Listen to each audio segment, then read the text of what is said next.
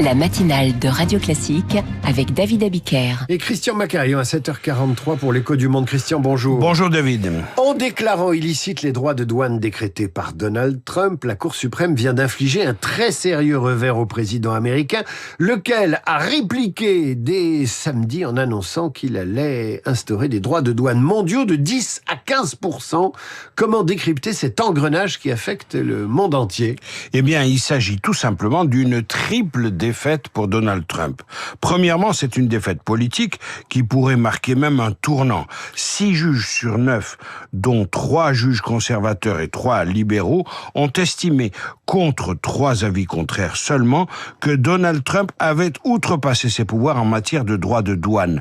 Les juges ont estimé que Donald Trump avait procédé à une expansion majeure de l'autorité du président en matière de politique tarifaire, au détriment du Congrès et de la force de la loi. En conséquence, une large partie des taxes décidées par Donald Trump est déclarée illégale. Le mot important, c'est expansion majeure. C'est ça qui a heurté la Cour suprême et ses juges. Ensuite, il s'agit d'une énorme gifle économique selon vous. Ah oui, parce que le relèvement des droits de douane constitue toujours un axe essentiel de la ligne fixée par Trump pour renflouer les caisses d'un État dont le commerce extérieur est ultra déficitaire. Le rééquilibrage ainsi visé par Trump consiste à renflouer les caisses afin de permettre de baisser les impôts et de réaliser par ce moyen des gains de popularité. Vous voyez, David, c'est tout un raisonnement. Eh bien, tout ce raisonnement est par terre aujourd'hui à cause de la décision de la Cour suprême.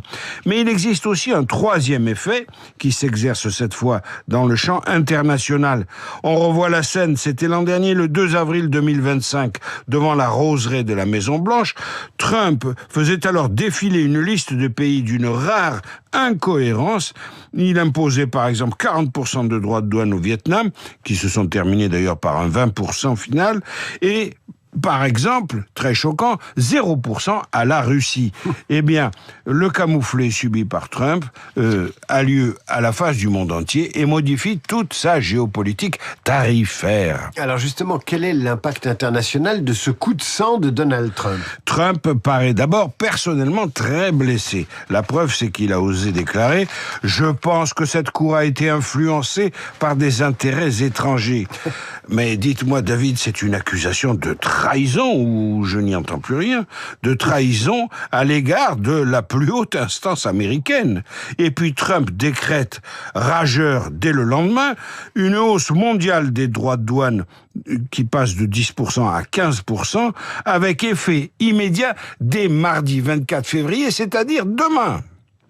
Quoi qu'il en soit, on assiste à une grande confusion mondiale, une confusion qui affecte en tout premier lieu l'Union européenne, parce que depuis le 7 août, date de l'entrée en vigueur de l'accord de Turnberry, les exportations européennes vers les États-Unis étaient déjà frappées d'un taux de 15%.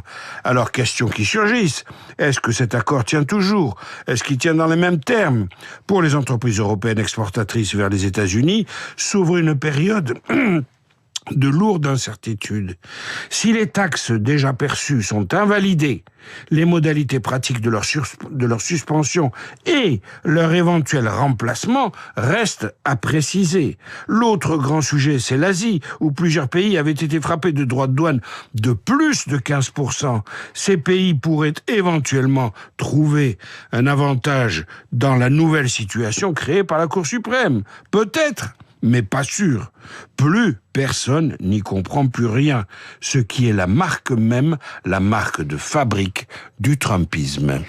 Christian Macarian pour l'Écho du Monde. Sa marque de fabrique, c'est la géopolitique, tous les matins vers 7h40 sur Radio Classique. À suivre le journal imprévisible, alors que la Poste lance l'élection du plus beau timbre 2025. Augustin Lefebvre évoque cette passion qu'on appelle la fille.